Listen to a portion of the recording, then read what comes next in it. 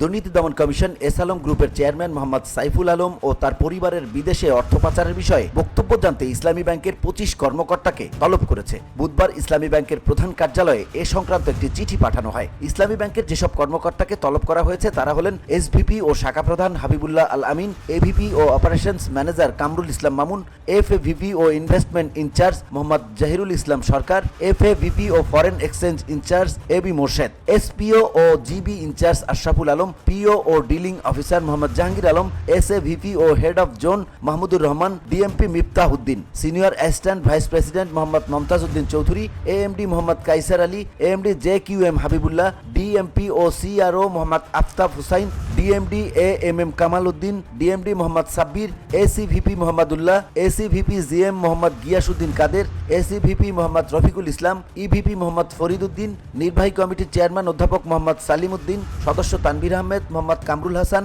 অধ্যাপক মোহাম্মদ সালে জহুর, অধ্যাপক মোহাম্মদ ফসিউল আলম এবং ব্যবস্থাপনা পরিচালক ও সিইও মোহাম্মদ মনিরুল মাওলা। দুদক সূত্র বলছে, সাইফুল আলম ও তার পরিবারের সদস্যদের বিরুদ্ধে Singapore, British Virgin Islands, Cyprus সহ বিভিন্ন দেশে $1 বিলিয়ন পাচারের অভিযোগ রয়েছে। বিষয়টি অনুসন্ধানে দুদক 3 সদস্যের একটি দল গঠন করেছে।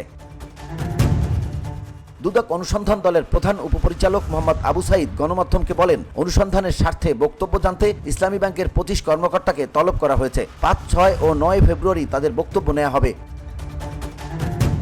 BOD Bangla news desk.